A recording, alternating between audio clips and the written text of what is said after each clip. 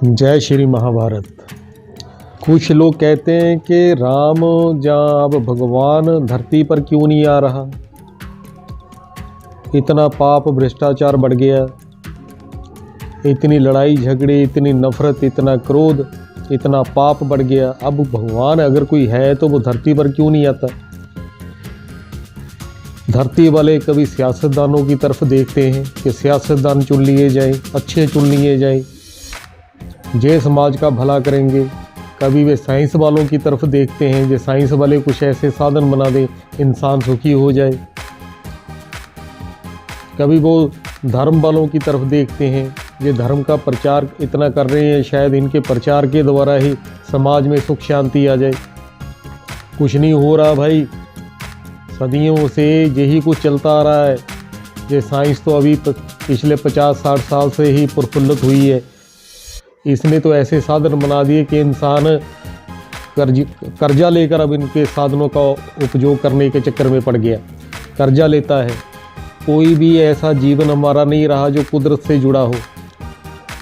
सारा जीवन, अपनी सारी जिंदगी, अपना रख रखाव साइंस के साधनों पर ही चल रहा है।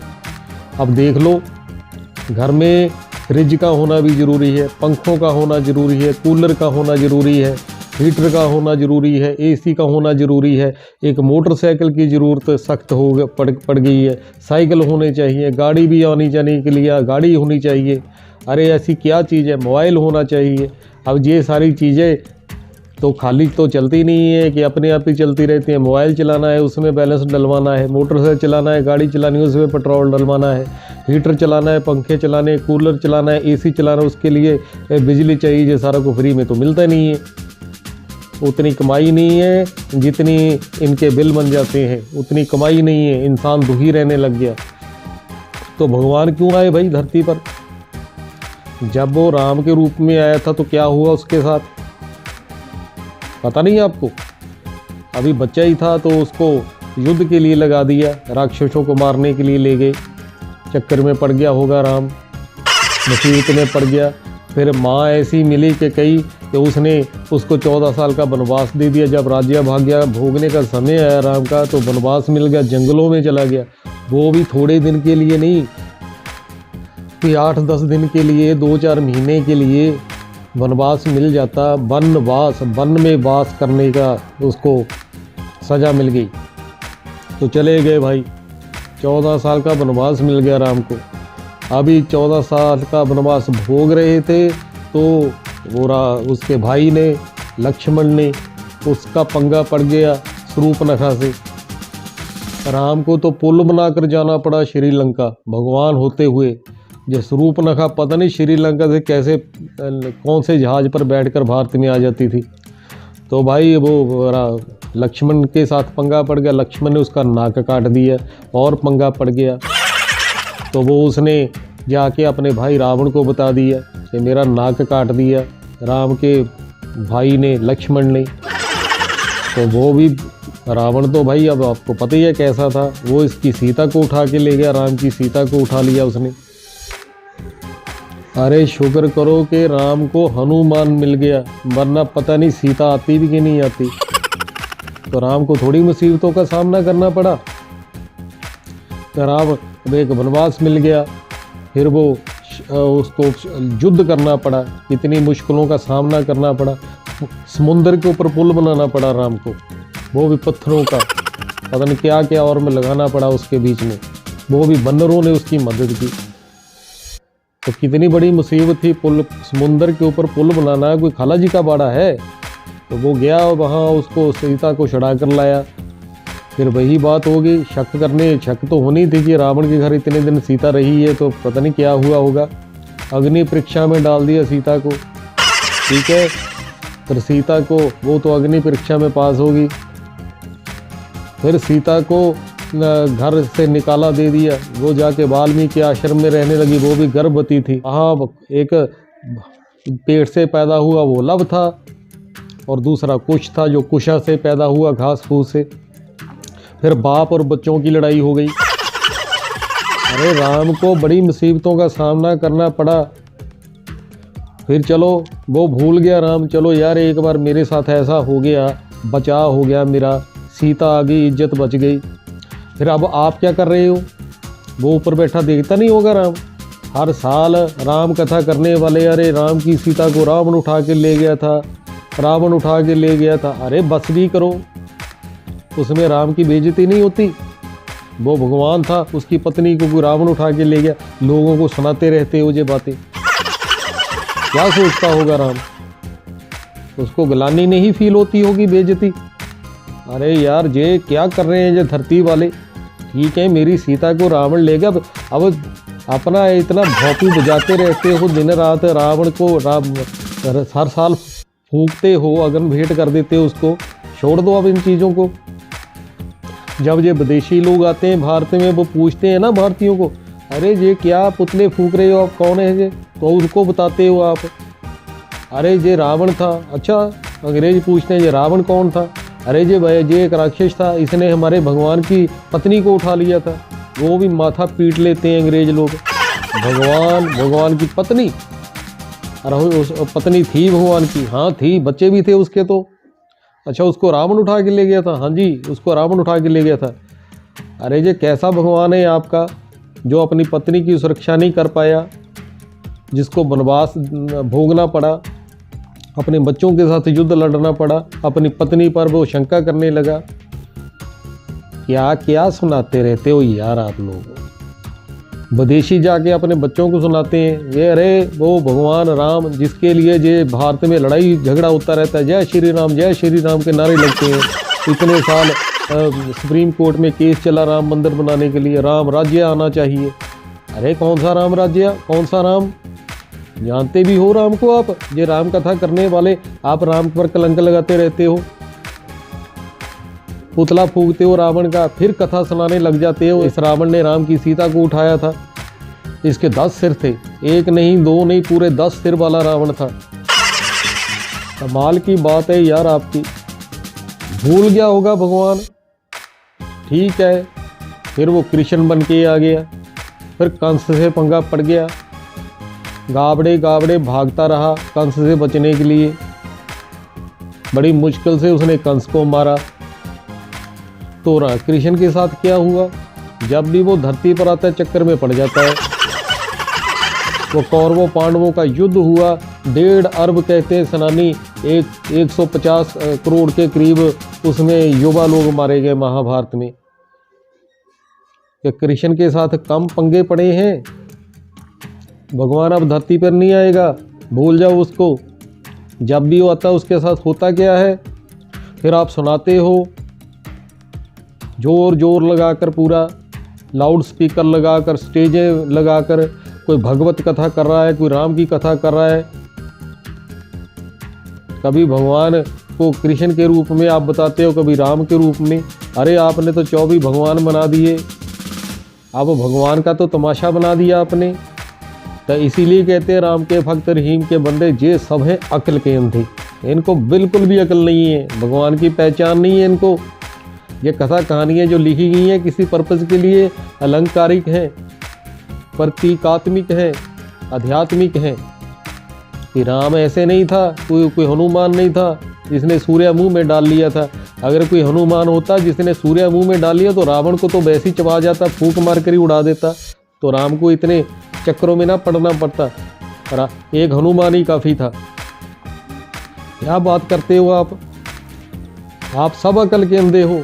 वो आपके पास आध्यात्मिक अकल नहीं है, ज्ञान का तीसरा नेत्र शिव नेत्र नहीं है, इसीलिए राम का आपको पता नहीं चल रहा। कभी कहते हो राम निराकार है, कोई कहता राम साकार है। राम को लेकर झगड़ रहे हैं। ये हिंदू और सिखों का ये हाल है दोनों का। सिख कहते हैं राम निराकार है, हिंदू कहते हैं नहीं साकार है। जय श्री राम वो बोले सो निहाल। अरे ऐसे क्या चक्कर, क्या कर क्या रहे हो आप लोग हैं? आप जानते हो सतगुरु को, वाहिगुरु को, वो क्या है? वो एक ही है, चाहे हिंदू है, मुसलमान है, सिख है, ईसाई है, सबका भगवान एक, पिता एक है। वो ऐसा नहीं है जैसा आप सोचे बैठे हो, माने बैठे हो, जिस रूप में आप उसको याद कर रहे हो। राम राम करता सब जग फिरे राम ना पाया जाए, वाणी कहती है। आपके राम राम करने से, वाहिगुरु वाहिगुरु जपने से कुछ नहीं मिलने वाला, वो भगवान नहीं मिलने वाले आपको। इतनी बुद्धि नहीं है आपके पास किसी के पास भी नहीं जो जन्म मरण में आता है कि वो राम को बिल्कुल वैसे बता दे जैसा वो होता है। जब एक राम ही है, शास्त्रों में लिखा है कि राम को तो राम के द्वारा ही जाना जा सकता है।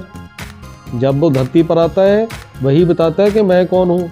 हम बच्चे हैं उसके, हम अपने बाप की कर्मगति नहीं बयां कर सकते जब तक बाप ना बताए खुद आकर कि मैं क्या हूँ। आपने तो कमाल कर दिया भाई। अब बंद करो जे अपनी कथा कहानियाँ सुनानी, बार बार उन्हीं को सुनाते ही चले जा रहे हो। साफ तोते की तरह रट लिया समाज ने। सब धार्मिक ग्रंथों में क्या लिखा है पहले से पता है समाज को, परिवर्तन क्यों नहीं आ रहा। अब कहते हो कि समाज में सुख शांति लाने के लिए कभी वोटिंग करवाते हो, अच्छे लीडर आने चाहिए, समाज का विकास होगा। धर्म को तो कहीं पता नहीं कौन से खूंजे में लगा दिया आपने, कौन सी नुक्कड़ में रख दिया धर्म को, भगवान को, सतगुरु को। ये जो सरकारें बनी हैं ये आपको सुख शांति दे देंगी। समाज में सुख शांति कायम करना भगवान का कार्य है, वो करता है। मगर जब तक हम उसको पहचानेंगे नहीं, जानेंगे नहीं, ये कार्य नहीं होने वाला। वो आया हुआ है। आपको क्या लगता है अब घर घर में कंस है, रावण है, तो अब भगवान नहीं आया होगा? आप मानते हो कि एक रावण एक कंस को मारने के लिए भगवान धरती पर आए। अब घर घर में रावण और कंस हैं, उनसे भी ज़्यादा दुराचारी है, पापी हैं, अपराधी हैं। कोई ये सारे रावण और कंस कहाँ घुसे बैठे हैं? जहाँ तो धार्मिक स्थानों में घुस गए धर्म का प्रचार करने के लिए, जहाँ सियासत में चले गए राज सत्ता हथियाने के लिए। ये सारे बड़े बड़े मगरमच्छ जो हैं रावण और कंस के रूप में, ये यही है सियासतदान और धर्म प्रचारक, यही रावण है। इन्होंने आत्मा रूपी सीता को हरण कर रखा है। इनसे क्या उम्मीद लगा रखी है आपने? ये जो रावण के 10 सिर हैं, ये आपको राम से मिलवा देंगे? इन्होंने तो आपको राम से दूर किया हुआ है। अरे जब तक आप भगवान की पहचान नहीं करोगे, ये जो धर्मगुरु हुए हैं इन्होंने आपको सेध देने के लिए कुछ इशारे दिए अपने अपने धर्म ग्रंथों में कि भगवान ऐसा होता है या सतगुरु ऐसा होता है। एक ही भगवान होता है, एक ही सतगुरु होता है। इतने सतगुरु नहीं हो सकते कि हिंदुओं का सतगुरु अलग है, मुसलमानों का अलग है, सिखों का अलग है, ईसाइयों का, यहूदियों का, पारसियों का, जैनियों का अलग है। सतगुरु होता ही वो है जिसमें वो निराकार प्रवेश करता है, आया होता है, भगवान होता है। भगवान तो जन्म नहीं लेगा, ये तो बाद में कथा कहानियाँ बन जाती हैं। जैसे हिंदुओं ने सबसे ज़्यादा कथा कहानियाँ बनाई, क्यों? क्योंकि ये सबसे पुरातन है, सबसे पुराने हैं हिंदू। 5000 साल पुरानी संस्कृति है इनकी। जो भी संस्कृति, जो भी समाज जितना पुराना हो जाता है उतना घिस पिट जाता है, मिलावटी हो जाता है, उतनी उसकी कथा कहानियाँ बन जाती हैं। अंतिम जो समाज बना था वो सिख समाज था, से 550 साल पहले। इनका भी हाल देख लो क्या हो गया है। कितनी कथा कहानियाँ इनमें 550 साल अभी हुए हैं, कितने इनमें मिलावट हो गई है। ये एक मत थोड़ी है। सिख संप्रदाय जो धर्म है, ये संप्रदाय है। अब देख लो टीवी चैनलों पर, न्यूज़ चैनलों पर, आप देख लो यूट्यूब चैनलों पर, सोशल साइट पर क्या हो रहा है। एक सतगुरु को लेकर कितने प्रकार की व्याख्याएं कर रहे हैं। जी सबसे ज़्यादा ब्रह्म ज्ञानी सिख समाज में है, सबसे ज़्यादा संत सिख समाज में। गोल गोल पग्गे बनाकर ये गुरु नानक का वेश बनाकर जगह जगह बैठे हैं सिखों के संत, ब्रह्म ज्ञानी, सतगुरु, जगत गुरु। कुछ नहीं है इनके पल्ले, सब दिखावा है, झूठ है सब। सिर्फ बाणी पढ़ा करो, बाणी में भी मूल मंत्र पढ़ा करो। श्री गुरु नानक देव जी का मूल मंत्र जो एकम ओमकार से शुरू होता है, कि वो ओम एक है और उसका एक आकार है। आकार तब होता है जब वो सतगुरु रूप में साकार होता है, तब उसका आकार होता है। वरना भगवान तो निराकार है, निराकार साकार रूप होता है, इसीलिए उसको एकम ओम आकार कहा गया है। उस ओम को आकार मिलता है शरीर रूपी सतगुरु के रूप में। जिन खोजा तिन ही प्रभ पाया, ऐसा लिखा गया है वाणी में। ऐसा नहीं लिखा जिन जपा या जिन्होंने वाणी को पढ़ा उसने प्रभ पाया। वाणी तो इशारा देती है, सभी को इशारे मिले हुए हैं। खोज किसी ने नहीं की सतगुरु की, उस आदि देव की, आदि गुरु की, आदिनाथ की कोई खोज नहीं करता। कोई खोज नहीं करता वो शिव आता किस में है, किसके साथ शिव का नाम जुड़ा हुआ है। शिव निराकार है, जन्म मरण से रहते, उसकी कोई पत्नी नहीं होती, कोई बच्चे नहीं होते उसके, जिसका शरीर ही नहीं है उसकी पत्नी और बच्चे कैसे हो सकते हैं, उसके माँ बाप भी कैसे हो सकते हैं, आत्मा के माँ बाप हो सकते हैं? आत्मा तो अजर अमर विनाशी है। तो शिव भी एक आत्मा ही है, जगती ज्योत है। उसमें और इंसानों में अंतर क्या है? इंसान माँ के गर्भ से पैदा होते हैं शरीर लेकर, तो शिव माँ के गर्भ से पैदा नहीं होता। तो पता कीजिए ना जाके आप तो कौन भगवान है, खोज करिए आप। धार्मिक स्थानों में घुसकर बैठ गए आप, दुकानें बना ली आपने, धर्म को दुकान बना लिया। सबसे ज़्यादा मसले आप ही के हैं धर्मों को लेकर। आप क्यों नहीं एक हो जाते जब आप बोलते एक पिता एक के हम बारिक, जब आप कहते हो कि भगवान एक है। आप जे मंदिर गुरुद्वारे मस्जिदें चर्च बनाकर बैठे हो और अलग अलग भगवान की कहानियाँ सुनाते रहते हो। पिता एक है, उसकी कहानियाँ नहीं कैसे हो सकती हैं? सत्य इतने कैसे हो सकते हैं? सत्य तो एक ही होता है। उससे पता चलता है कि जो आप सत्य सुना रहे झूठ है। वो एक सिख धर्म है, एक मुसलमान धर्म है, ये कोई ऐसी कोई कथा कहानी नहीं सुनाता भगवान की। इनमें तो पहचान मिलती है बस। ये हिंदुओं को देख लो, इन्होंने कितनी कहानियाँ बना दी भगवान की। अरे भगवान की भी कोई कहानी हो सकती है जो निराकार है? कहानी साकार की होती है कि निराकार की होती है? जो है ही अभोक्ता कर्मातीत है, शरीरी है, जन्मा है, उसकी कैसी कहानी ऐसी कैसी हो सकती है? बुद्धि पर पर्दा पड़ गया आपकी। ये जो आपके गुरुजन है ना, श्री श्री पिता श्री कथावाचक, राम की कथा सुनाने वाले, भगवत कथा सुनाने वाले, ये सबसे बड़े मूर्ख हैं, अज्ञानी हैं। इनको कोई राम से लेना देना नहीं है, ना ही ये राम को जानते हैं। दुकान चल रही है अच्छे से, सुंदर सुंदर औरतें बैठ जाती हैं आगे आके, इनके माथा टेकती हैं, सेवा करती हैं इनकी। बाद में गुल खिल जाता है, फिर जेल यात्रा हो जाती है, जेल यात्रा पर निकल जाते हैं। ये कुछ मिलता है इनसे तो।